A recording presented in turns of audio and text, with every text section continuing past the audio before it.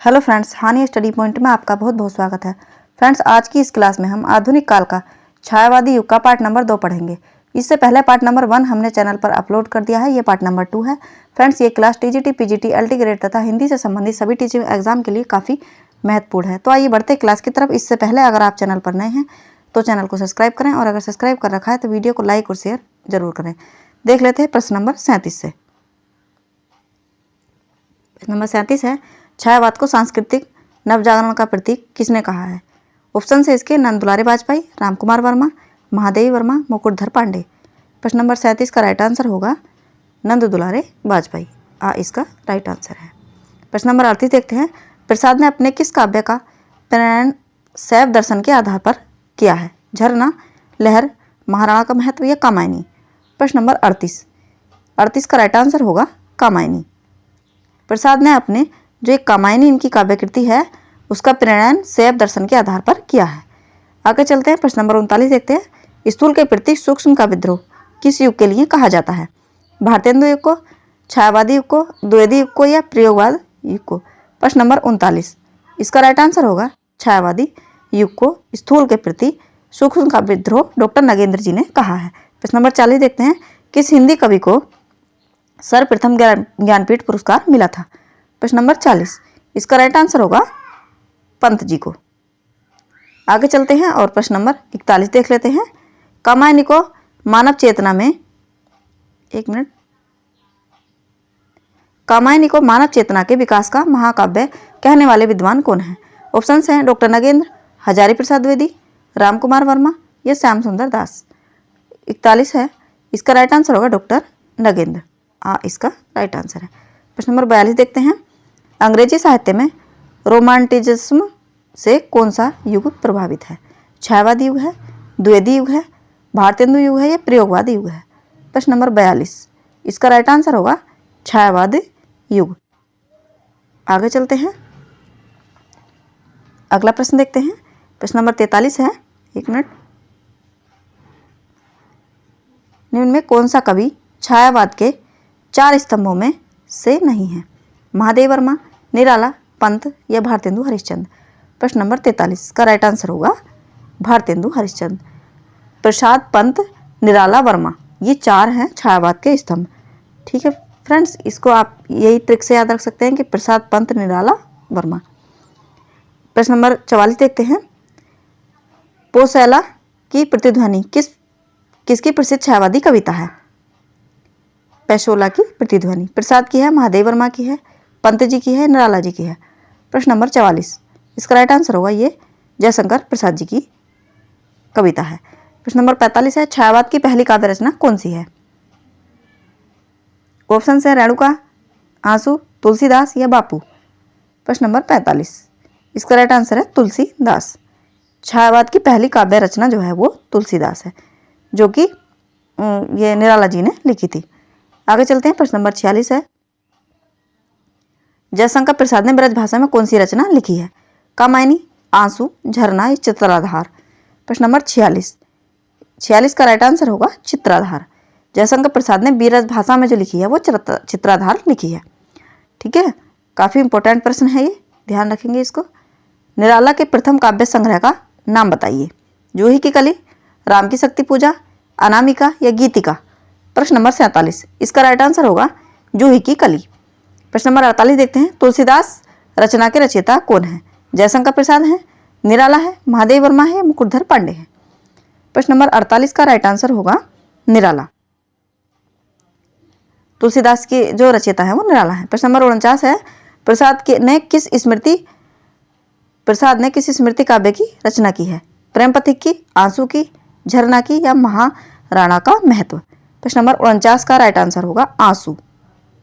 प्रसाद ने जो है एक स्मृति काव्य की रचना की है, उसका नाम है आंसू।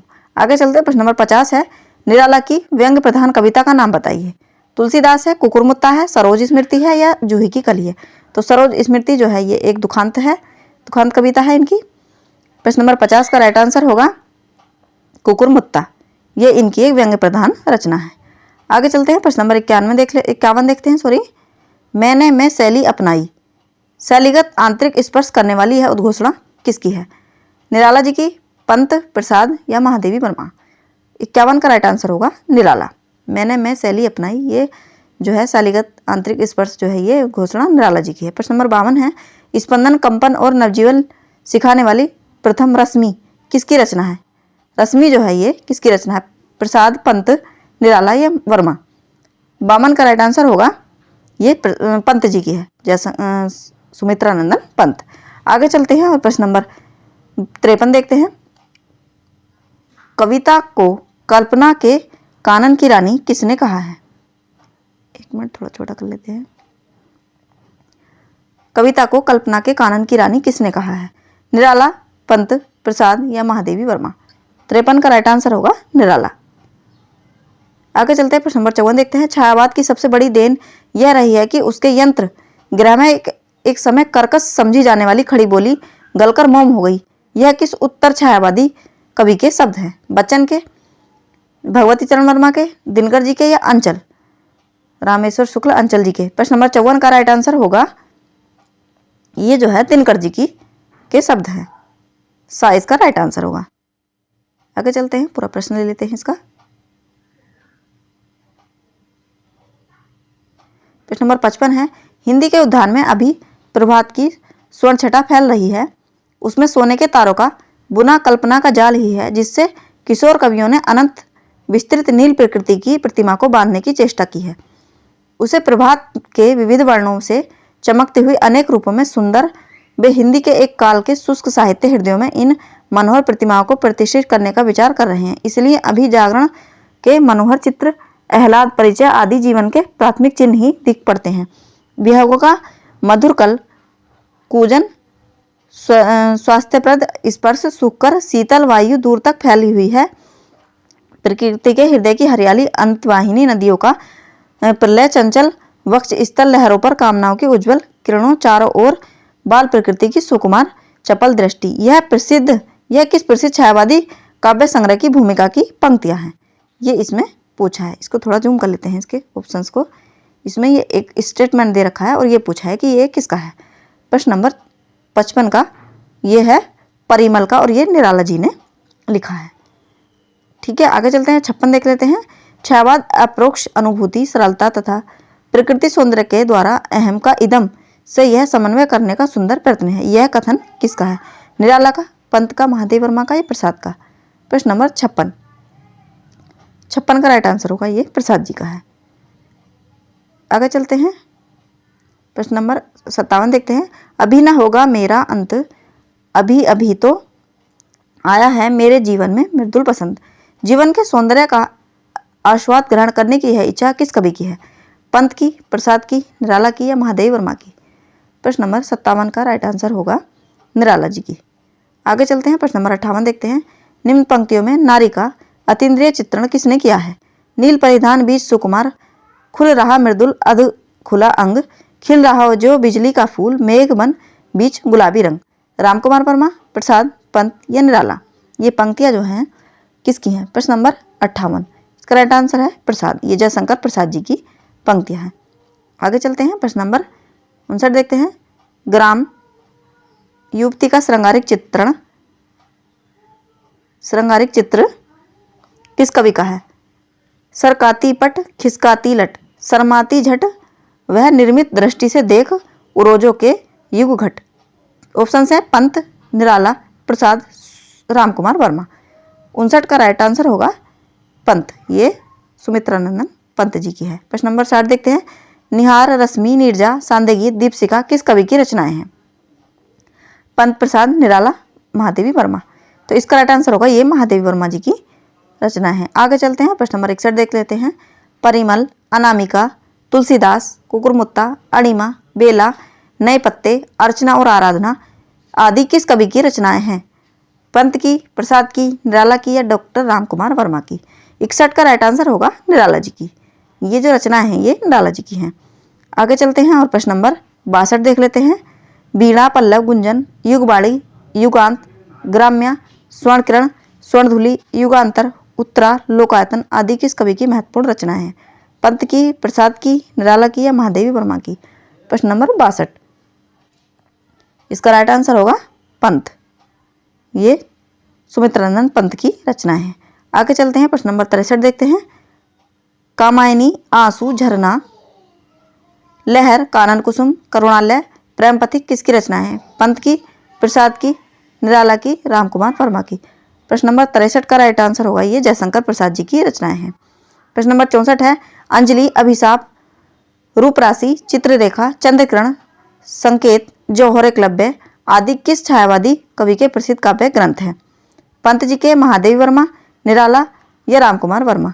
प्रश्न नंबर 64, इसका राइट आंसर होगा रामकुमार वर्मा जी के।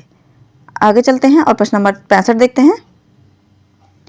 किस कवि का ध्वनि बिंब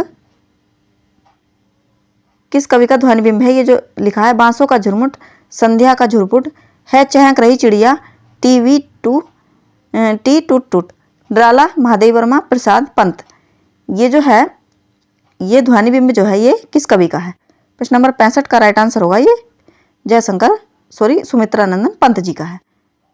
आगे चलते हैं और प्रश्न नंबर 66 देखते हैं। इसमें रिक्त स्थान की पूर्ति करनी है कि 4 प्रमुख कवि हैं? जयशंकर प्रसाद, सुमित्रानंदन पंत, सूर्यकांत त्रिपाठी निराला, महादेवी वर्मा। अन्य कवियों में डॉक्टर रामकुमार वर्मा, माखनलाल चतुर्वेदी, सुभद्रा कुमारी चौहान, नरेंद्र शर्मा, रामेश्वर शुक्ल अंचल आदि के नामों भी गिनाए जा सकते हैं। ऑप्शन है प्रगतिवाद, प्रयोगवाद, छायावाद, छायावाद उत्तर।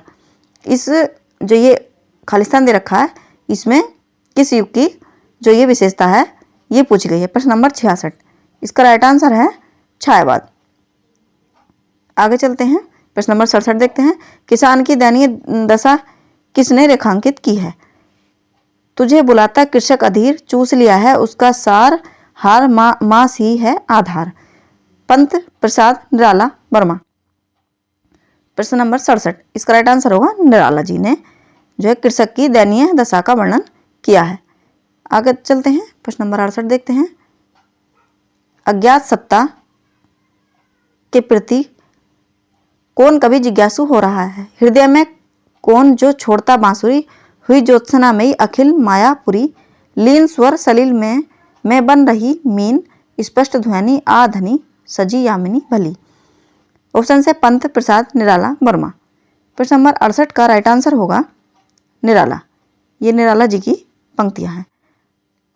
प्रश्न नंबर 69 देखते हैं। प्रकृति में अज्ञात सत्ता के विराट प्रतिबिंब को कौन रचनाकार अनुभव कर रहा है? कनक से दिन, मोती सी रात, सुनहली सांझ, गुलाबी प्रात, मिटाता रंगता बारंबार, कौन जग है यह, कौन जग का यह है चित्रकार। पंत, प्रसाद, निराला, वर्मा। ये जो प्रसिद्ध पंक्तियां हैं ये किसकी हैं? इसका राइट आंसर होगा ये महादेवी वर्मा जी की प्रसिद्ध पंक्तियां हैं। प्रश्न नंबर 70 देखते हैं। किस कवि की नवरहस्या भावानुभूति निम्न पंक्तियों में व्यक्त हुई? न जाने कौन आए ध्रुतिमान, जान मुझको अबोध अज्ञान, फूंक देते छिद्रों में गान, अहे सुख के सहचर मौन, नहीं कह सकती तुम हो कौन। ऑप्शन है पंत, प्रसाद, निराला, महादेवी वर्मा। प्रश्न नंबर 70 का राइट आंसर होगा ये पंत जी की पंक्तियां हैं। आगे चलते हैं और प्रश्न नंबर 71 देखते हैं। प्रश्न नंबर 71 है,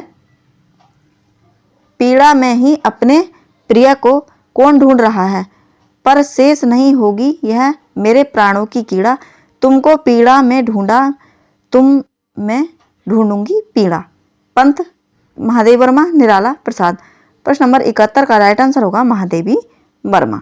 प्रश्न नंबर 72 है, वेदना को काव्य का प्रमुख घटक किस कवि ने माना है? वियोगी होगा पहला कवि, आह से उपजा होगा गान, उमड़कर आंखों से चुपचाप बही होगी कविता अनजान। इसके ऑप्शन है पंत, रामकुमार वर्मा, निराला, ये प्रसाद। ये जो पंक्तियां हैं ये किसके हैं? प्रश्न नंबर 72 का राइट आंसर होगा ये सुमित्रानंदन पंत जी की हैं।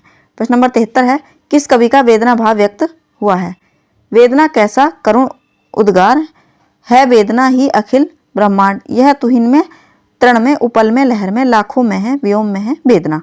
रामकुमार वर्मा, पंत, निराला, महादेवी वर्मा। प्रश्न नंबर 73 का राइट आंसर होगा ये सुमित्रानंदन पंत की पंक्तियां हैं। तो फ्रेंड्स ये था हमारा छायावादी युग का पार्ट नंबर 2। फ्रेंड्स आपको क्लास कैसी लगी कमेंट में लिखना ना भूलें।